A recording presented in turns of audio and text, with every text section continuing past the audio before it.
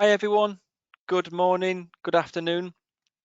Firstly, thank you for joining us today for the first in a series of interactive workshops and Q&As. The theme of today's session is very much focused around shipping life science materials to China from the US, largely focusing on the documentation, regulatory aspects and packaging requirements. Please do leave us a message in the chat window and say hello. It's going to be quite an interactive workshop. So please, of course, feel free to send in any questions. You can send those in via the chat function on the right-hand side. And what we'll do is, over the next 20 minutes, whilst the Biocair colleagues are presenting, we'll collect them all. And then for the last 10 minutes, we'll open it up into a Q&A session. So yeah, feel free to say hello using the chat and just send your questions in, and we'll answer them at the end. So joining us today, just get my screens in order. So joining us today are our very own logistics experts and all-round general extraordinaires. We have Ryan Naradka, our regional operations manager on the East Coast. Now Ryan supports our operations teams across 5 locations, all on the East Coast. He's got over 10 years of experience in specialist logistics, helping solve our clients' unique shipping needs. In addition to Ryan, we also have Brian Padgett, our US compliance manager, with over 15 years of industry experience, advising and training a wide selection of clients across a different variety of compliance-related topics, including dangerous goods classification, import-export licensing, and permits. So please do, over the next few slides, again, just send in any questions using the GoToWebinar chat function, and we'll be more than happy to attempt to answer them during the final 10 minutes or so. Now, with no further ado, I'm going to hand you over to Ryan. So over to you, Ryan. All right. Thank you, George. I appreciate the intro. Hello, everybody. Again, Ryan Naradka. Just was going to give you the overview about shipping to China. International shipments entering China are controlled and inspected by the China Inspection and Quarantine, which operates under the General Administration of Quality Supervision, Inspection, and Quarantine. With extremely rigorous inspections down to the review of individual descriptions on receptacles, China can be considered one of the most exacting business environments for import and export. I can tell you from an operations side, we routinely see our Chinese colleagues saying that the shipments have been inspected, like it says in that description, down to the actual individual vials, just to make sure everything meets what the paperwork says. So as you can imagine, successful shipping to China requires a focused effort on compliance and precision in the shipment preparation. Non-compliance will lead to delays, rejections by customs, or even destroying of materials. And this is down to the Chinese customs. Our colleagues do everything they can to help try to alleviate that on the Chinese side, but unfortunately, this still does happen from time to time. Next slide, please. So our objectives in this webinar, we're going to ensure successful shipping from the US to China. We'll cover the process itself, what you as a customer need to prepare before sending the information over to us. That's customs permits, paperwork, labeling of samples. We'll go over our pre-shipment checklist, and I'll review our local Biocair support and network within the US that can help you with any of these shipping issues. We've prepared a shipping to China guidebook as well, which describes this process in some detail, and you can download the guidebook in the handout section under our webinar. All right, next slide, please. So the shipping process, the overall process in the guidebook consists of several steps here. So the first step is Biocair operations request and prepare provisional documentation. So this is the documentation that we're going to prepare based off of the information that our customers give us. That could be in a shipment request form through our online portal, but that's where we prepare that documentation. We send that over to our Biocair China team for review and approval. So that's something that we would send over generally during the day, and we wait for approval. That comes over the next day or so. Next step. So our China office then reviews that paperwork and confirms if a license is required. So this is where they go through that process as described in the very first step, going through Chinese customs, making sure that if any permits are needed, anything on that Chinese side is done then. Operations provides feedback to our clients and advises if any additional documentation or information is required. So that's back on the US side. After our Chinese office comes back to us, we'll go back to our customers here in the US and say we need a export permit, export documentation, or we need import permits or import documentation on the China side. So that's when we inform our customers back on that end. Our Chinese office at the same time is working with the consignee to obtain any kind of licenses, permits, anything that they need. And on the export side too, like I mentioned as well, we help obtain health certificates, vet certificates, anything that's required. Then the final step there is our Chinese office will confirm when all the documentation is in place and the consignment is ready to be dispatched. So there is quite a few back and forth steps. It is not an overnight process all the time. A lot of times what we're doing is we're going back and forth, making sure that the documentation wording is correct for what is on the permit on the other side in China. So as you can see, it's a rigorous process. And to further go through that process, I'll hand it over to Brian.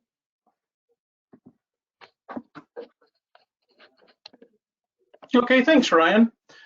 As Ryan was mentioning, following the shipment process, the steps that he outlined is actually key to success. The documents are gathered, they're sent to our China teams. They're going to carefully inspect those documents. They're going to reach out to the consignee for any permits that might be needed. And then ultimately, they're going to result in giving a green light to ship. So following those steps sequentially is the key to success.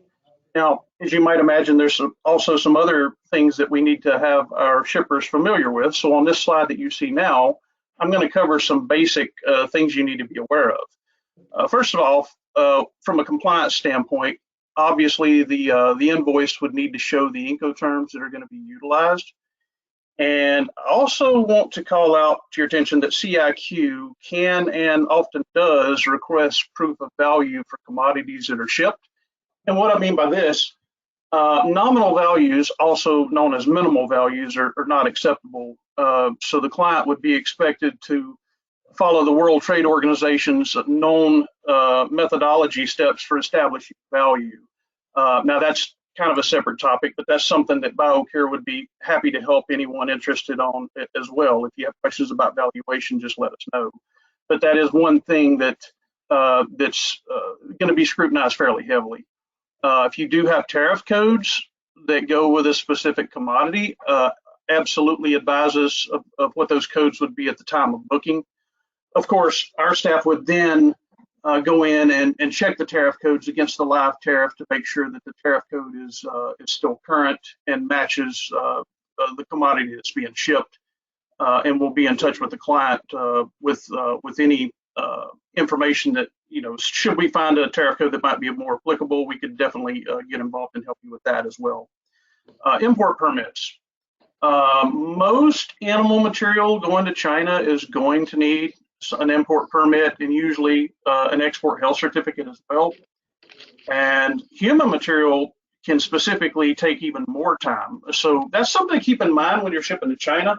If you do have either animal or human material, planning ahead can be vitally important, because if, let's say, a permit is needed and it's not in place, then you could be looking at several weeks to get that permit in place. Now, as Ryan mentioned, one of the steps we do with our China process is we send the document set to our China teams. They're going to reach out to the consignee and see if those permits are in place, and eventually they'll give us the green light to ship. But just keep that in the back of your mind. Human and animal material can take a little bit longer to get permits in place should you need those. Now, at the very bottom, the shipping paperwork. Accuracy and precision are absolutely instrumental when it comes to shipping anything into China. And the next couple of slides that we're going to look at, we're going to go over that procedure a little bit to familiarize you with what that looks like. But in short, what you're looking for, if you have a commodity you're shipping, the description for that commodity should match the description on the invoice, as well as any permits that might be necessary as well. So really, it's a coordinated effort to make sure that the descriptions are perfect across all the document sets that might be needed for that shipment. Next slide, please.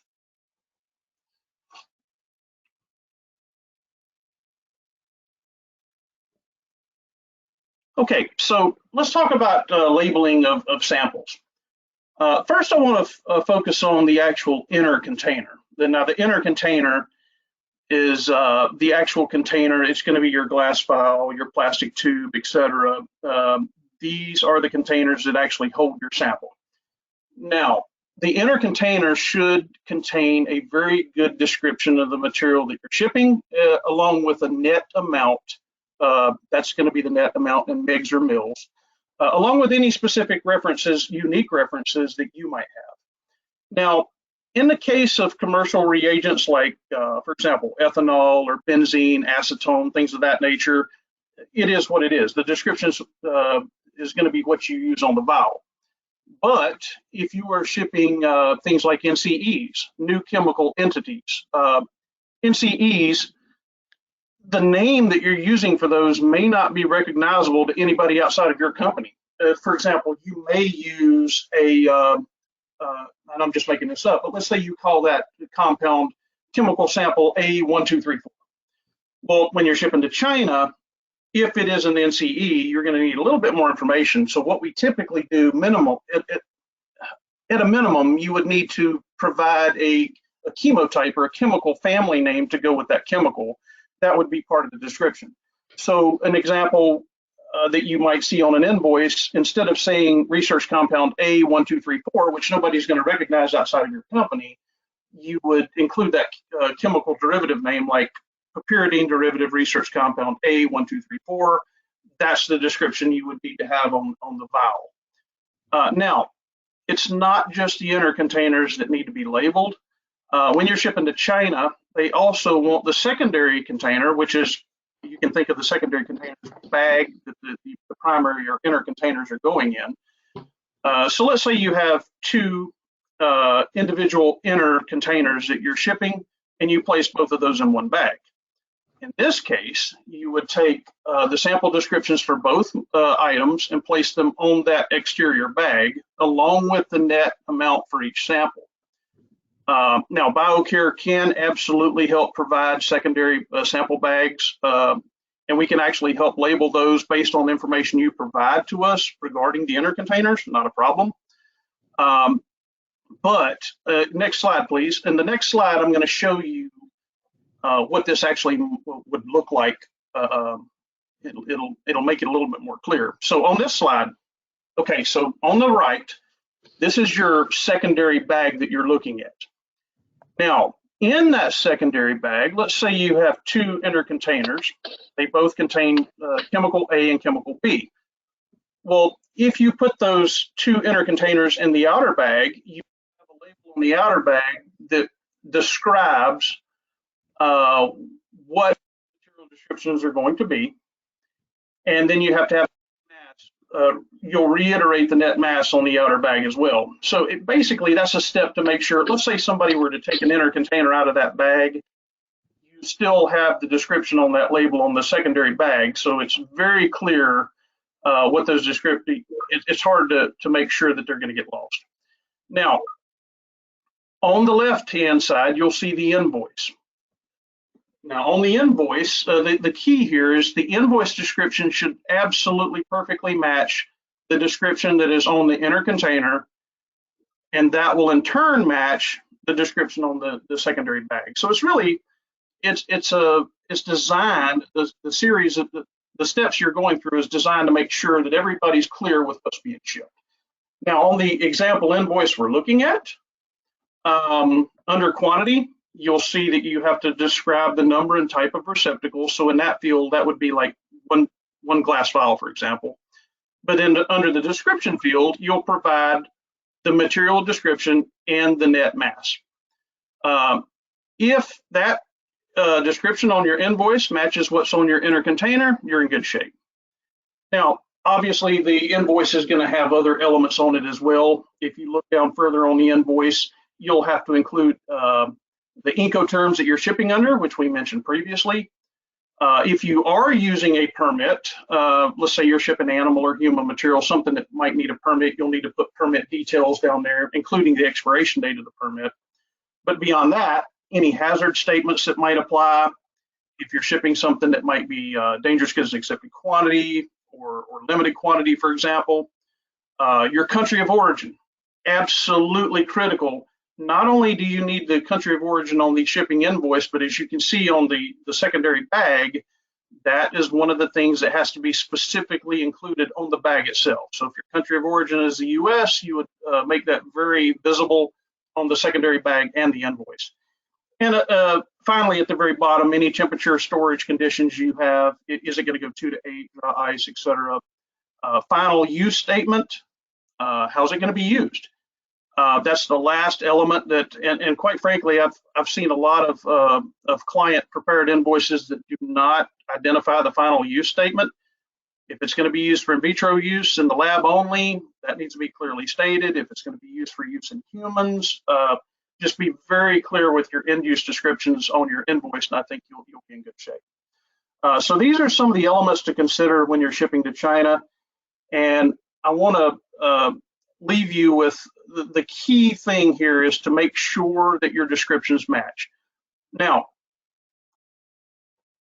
when we, Biocair, when we send a document set to our Biocair China teams, we're going to have all this documentation, we're going to have it reviewed, and they're going to get back with us and say, okay, you've got the green light to ship. At that point, by going through that process and having the documents reviewed ahead of time, making sure that all the I's are dotted and the T's crossed, we're guaranteeing that we're doing everything we can to minimize delays in transit. Now, if for some reason a shipment request changes at the last minute, we would need to have that change approved as well, because any last minute changes to the shipment process would have to go through that procedure and make sure that they're blessed as well. Next slide, please, George. Now, it sounds like a lot of information to make sure that you're absolutely getting right. And for that reason, one of the things that Biocair does is we use what we call pre-shipment checks to make sure that all these steps are going to be accounted for and things are going to be done in the correct manner. On the right-hand side, you'll see an example screenshot from one of the checks that we do for pre-shipment checks, and you'll see that step number 2, for example, has the invoice been sent to Biocair China and confirmation to ship been received? We do not ship unless that our China teams have gone over that, looked through it, make sure descriptions match what's on any permits. Once we get the green light, we're good to go. Step number 3. Have the sample bags, have they been labeled with the the names and the net weight that we talked about? Is the country of origin been placed on the bag? These are steps that if you miss one, that can lead to a delay or a rejection of your consignment. So for that critical reason, our processes do include the use of a checklist that our operations staff follows to the letter to make sure that we're not missing any steps. So I hope this helps. But we'll be glad to, you can go ahead and go to the next slide, George. We'll be glad to help with any questions you might have from the material we've covered so far. And I'm going to turn it over to Ryan. Thanks, Brian. Just kind of wanted to go over briefly our local support here in the U.S. as well as China. As you can see from this slide here, we have listed all of our local offices that we currently have in the U.S. So you can see Washington, Raleigh, Durham, Philly, Boston, New York, up the East Coast. And then on our West Coast, we have San Francisco, Los Angeles, and San Diego. Those are all our Biocair owned and operated offices that we currently have in the US. And then as you can see, on the China side, we have Shanghai, Beijing, and our new Guangzhou office is now up and running as well. So We have a lot of support on both ends, and as you can see from the previous slides, we do a lot of work in collaboration between the two sides, US and China. And it's because of our partners and our Chinese offices that we're able to ship and get things right. So a lot of thanks goes their way as well, and that they're able to do all these checks for us and make sure that everything goes smoothly through customs. But that's it. I guess we'll go on to the next one. Thank you, Ryan, and thanks, Brian, for those insights. Strangely enough, that takes us just to the right time. So it takes us to 20 past. So for the next 10 minutes, what we'll do is we'll go through some of the questions that have been flying in. There's still some space, so if you're on the edge about sending a question in, please do just submit it through the chat function or the chat window, and we'll do our best to answer them. So the first question is, would Biocair be willing to physically package our shipment to ensure everything is in compliance prior to export? I'll take that one, George. Sure. Part of Biocair's regular service is to provide expertise packaging. All of our drivers are trained in packaging not only samples but also dangerous goods samples. It's something we routinely do, is provide that. So we're more than happy to come out on site, do all of those preliminary checks that we discussed in this webinar, including looking at labels, matching it up to samples, matching it up to invoices. That's something that we're happy to do. And in fact, in the pre-shipment check process, that is something that we do on all China shipments regardless as well. So even on some pre-packed shipments, we're opening and we're checking a lot of vials as well, just to make sure that we're not having any customs issues when they get into China. Thanks for that. The next question is coming from Jack, and it's a question for Brian. So Brian, in layman's terms, can you explain what will happen in February with the Department of Commerce, Bureau of Industry and Security, and Princeton University, which the Bureau of Industry alleged exported animal pathogens and genetic elements of animal pathogens without required export licenses to researchers in China and other countries? Oh, wow. Can repeat that if you want. Well, I can tell you that doesn't sound pretty. To those who may not be in the loop, China is currently in the process of basically getting an export control program in place. It's very closely related to how the U.S. system works right now. That one of the things that I'm focusing on at the time is trying to figure out what commodities actually China is going to be controlling from an export control perspective.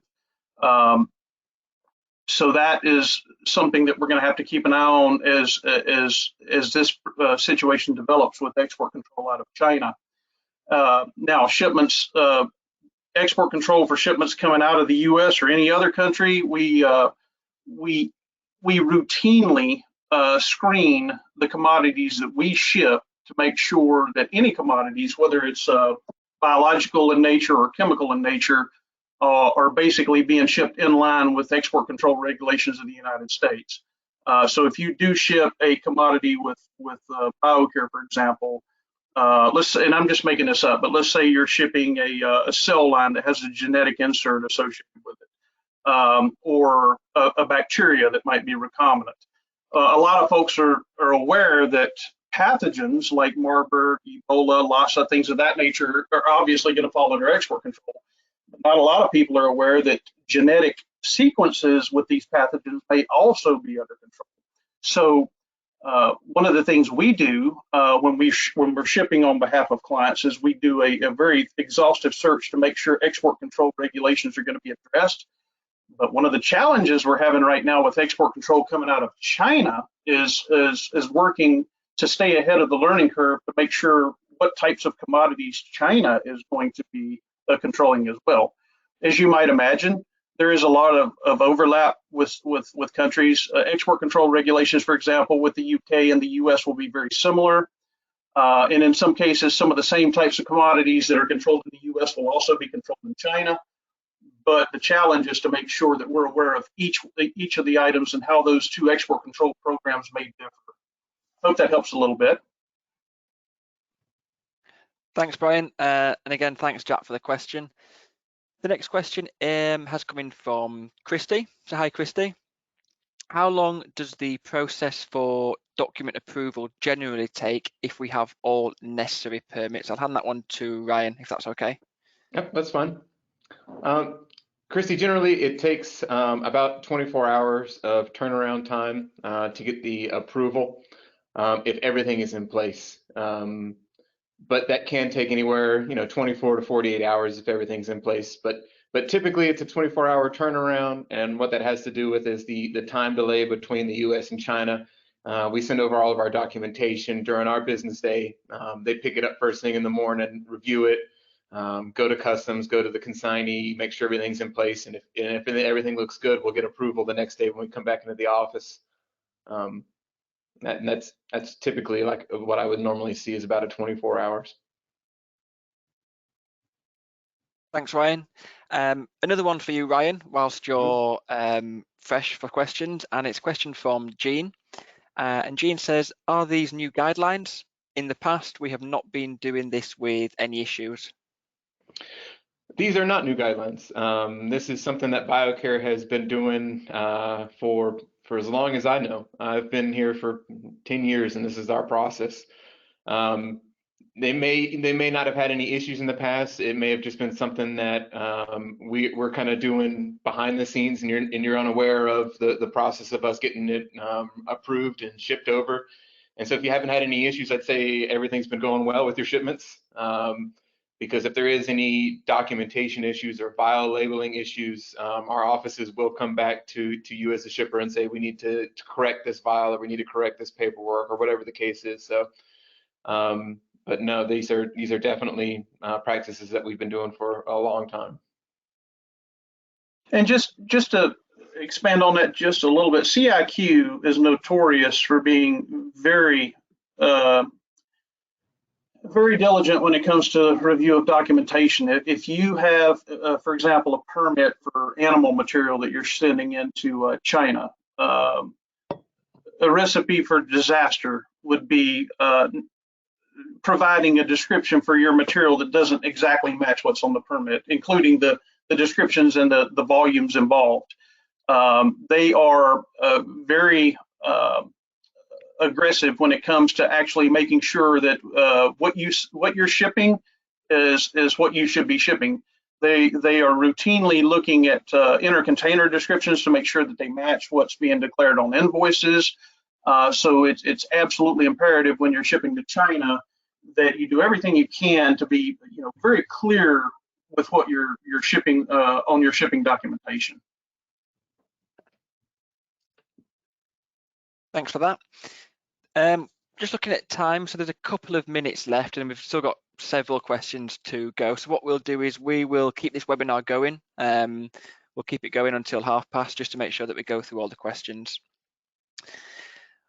The next question is coming from Robert. So again, thanks for your question. Probably one for you, Brian. And Robert says, this is more of a comment, but it has been our experience here in Horsham that China Customs has also asked for pictures of the labels on our samples to be submitted as well. So I guess, Brian, have you heard of this, or is this common practice nowadays? I don't think, and Ryan, correct me if you know something I don't know. We have not been asked, to my knowledge, to provide pictures, and I think the reason for that might be the process we do use, which does place a lot of emphasis on making sure that the descriptions are correct and that they match across documentation. Plus, as Ryan indicated, we have the procedure that we follow where all the documents are going to be pre-approved before the shipment. But yeah, I'm not aware of having to send pictures of inner containers. Ryan, do you have any information on that? No, I haven't, but I would assume the same thing that you're thinking too, that it's just, something that just to make sure our process is being followed on them. Yeah, now just a guess, but if you were to ship material to China, and let's say you ship something and the descriptions don't quite match up, that might increase their scrutiny a little bit, and so the next shipment you send, they may ask for pictures just to make sure that would be my guess. I think because of the procedure we follow, that's the main reason we probably haven't been asked to do that, because there's a pretty good assurance that our documents are going to be correct because of that procedure we go through. Thanks, guys. Marjorie, thank you for your question. Is China considered a gateway for final destination to Singapore? Also, is there a customs import declaration from China to Singapore? I would say not a gateway, as in a lot of what we do as a company, we try to send direct to whatever country we're sending to. So we're not going to send things through China to get to Singapore. We're going to send it directly into Singapore, as opposed to trying to go through another country. And that's generally with all of our shipments, not just China. We're trying to send it directly to the country where it needs to be at, just so we're not having to run into any of those clearance issues in one country before it goes to another. Plus, you could have export control considerations that come into play as well. So you need to be very, as Ryan mentioned, the way to ensure you're doing things in a compliant manner would be to, number one, figure out what you're shipping, make sure your export control regulations are being met, ship to the country of destination, because in some cases, you could run a stray of compliance regulations by shipping to one destination just to go, to have it shipped automatically to another destination next. It can be done in certain circumstances, but only with extreme caution and making sure that everything's done in a compliant manner. For that reason, Biocair almost exclusively ships direct shipments. Thank you. Debbie asks, question from me, I guess. Debbie asks, will these slides be available to those of us at this webinar? Yes, they will be. So tomorrow we'll send each and every one of you the slide pack.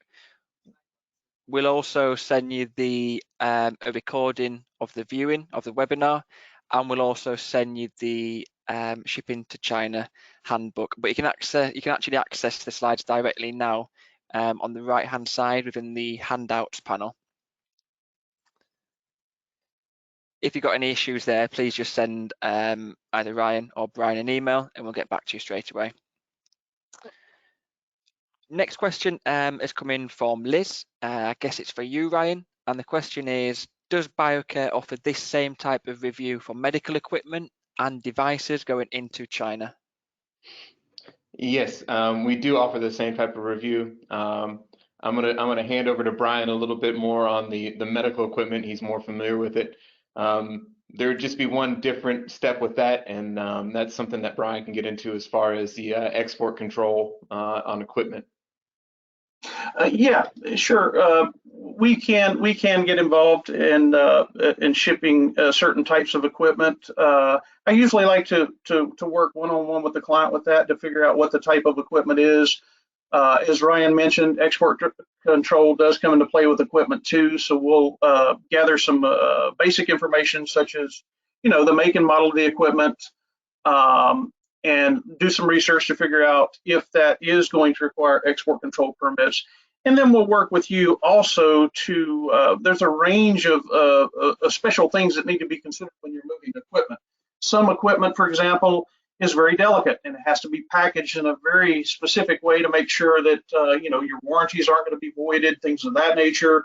And of course, we also look into the dangerous goods aspects that certain pieces of equipment might entail.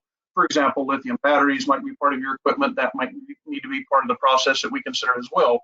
So with equipment, yes, we can definitely help you with that. And we tend to, each one of those shipments tends to be tailored to the individual customer based on the specific piece of equipment that they're moving. Thank you very much. The next question is for you again, Brian, and it's from Jim. And the question is, does Biocair cover R&D, clinical and commercial shipments into China? And what are the differences required for imports? We do handle quite a bit. Most of what we do is R&D. R&D requirements. Obviously, with most R&D material, it's going to be used for in vitro research in the lab. In most cases, it's going to be a little easier than finished product that might be for human use. But we do handle a range of different end uses, in vitro research in the lab, all the way up to finished products. Just the one thing I would tell you with shipments into China is if you are moving either human or animal material, please do keep that in mind when you're shipping, because in the event you don't have a permit in place, it can take some time to get those in place. But yeah, we'll be glad to help you with either R&D or commercial shipments, including equipment, as we just mentioned. Just supply us with the information. We'll reach out to you and work with you to make sure your shipment's expedited and that there's minimal delays in transit for your shipment. Also, I do want to let you know that when Biocair ships material, whatever it is, to any destination, we also have a team of specialists that will actually track your shipment. We realize that you guys are scientists. You've got more important things to do than track a shipment. So what we do with each one of our shipments is we'll monitor that shipment from the time it gets picked up until the time it gets delivered to let you know what the status is. Also, if you're shipping to China, let's say you ask us to ship some human specimens to China, there's not a permit in place and one has to be obtained. We will keep you, our China teams are instrumental in that process. Not only can they reach out and make sure that the permit's in place with the consignee, but they can also help procure those permits, and we will keep you in the loop as that process moves forward. Because I know it can be very frustrating to have something you're looking to ship, a permit's not in place, and then you're waiting. We'll do everything we can to not only help with that process, but we'll keep you posted with any status that's made to keep you up to date. Thanks, Brian, and thanks, Jim, for the question. Now, the next question is for you again, Brian, and it's related to COVID. When trying to ship cerebral spinal fluid or plasma, we've had requests from China to test the samples for viruses such as COVID. Do you have any advice on which labs could test the samples for these viruses? I may have to get back. George, if you can get a name and contact number for that question, I'll be glad to look into that. I don't off the top of my head, but yeah, I may be able to provide that information with a little bit of looking in, a little bit of research into that. Of course. We'll get back to you on that one, Roxanne. Next question is from Brandon. When shipping research materials that are not for commercial use, how would we go about determining the value before it goes to market? I could take that one. Okay. Generally, when it's there's a not commercial use, or there's not a value in per se for it, what we generally like to say is, what is the value that you guys have for it as a company? As long as you have a process internally at your company to determine that value, that is a value that we can work with on the samples. What I'm getting at is everything that you're doing has a value to it. How many hours have you put into this sample? What kind of material have you put into this sample? Come up with a fair value based off of those factors. In the end, the invoice, the material, the monetary value that's on that shipping invoice we send out is what anything is beheld to from an airline and a custom standpoint. So what I like to say is, say the worst case scenario happens and your sample goes missing and it's never seen again. If you listed the sample as $1, anybody's responsible for is that $1 that's listed on the invoice. So put a fair value for what you think the samples should be valued at for your material. And like I said, including the things that you put into it, the hours of labor, the material cost, the things that, should we lose the sample, what should be the reimbursement factor of how much we should get back for that sample and that time and the effort that we put into it. And one other thing I want to add, when it comes to valuation, you can actually, valuation should be determined using one of the 6 known methodology steps, if you will, that the World Trade Organization has. You can actually do a Google search, World Trade Organization and valuation methodology, and it will show you the 6 different ways that you're supposed to use to actually calculate your value. Now, there's in some cases, for example, the very first step is the transaction value. That's an easy one. If you paid X amount of dollars for a good, you have a receipt for that. That's fairly easy. But we realize that research materials in some cases are not that easy. So there are other, the 6 steps include other ways to calculate your value as well. So the first step I think you should do is consult the valuation methodology published by the World Trade Organization. Take a look at those methodology steps that they mention. And again, the end goal here is to come up with a true and accurate value for the material you're shipping that you can somewhat defend. So that would be my advice as a starting point. Take a look at the 6 methodology steps. See which one might be suitable for use with your specific commodity, and go from there. Again, valuation for customs purposes is something that Biocair can assist with. If you have questions after looking at those steps, feel free to give us a call. But that's the very first thing that probably should be done. Thanks, Brian. As it stands, we're up to the last question. So final call for questions. Please do send them in. And the last question is for Ryan, and it's from Tim. And the question is, when shipping frozen material, do you provide the shipping container, or would we be able to utilize a dry shipper or dewar our institute owns? If so, will you help organize a return of the dry shipper back to our location? Yes, on all 3 questions, but I'll go into a little bit more detail. Yeah, we provide the shipping containers, and we can provide a shipping container from any temperature range that you're looking at shipping, from controlled room temperature, refrigerated -20, down to liquid nitrogen shippers as well. We provide those in various ranges of sizes from, I think our smallest is a 4-liter shipping container, all the way up to pallet size shippers or even larger. So we have anything in between.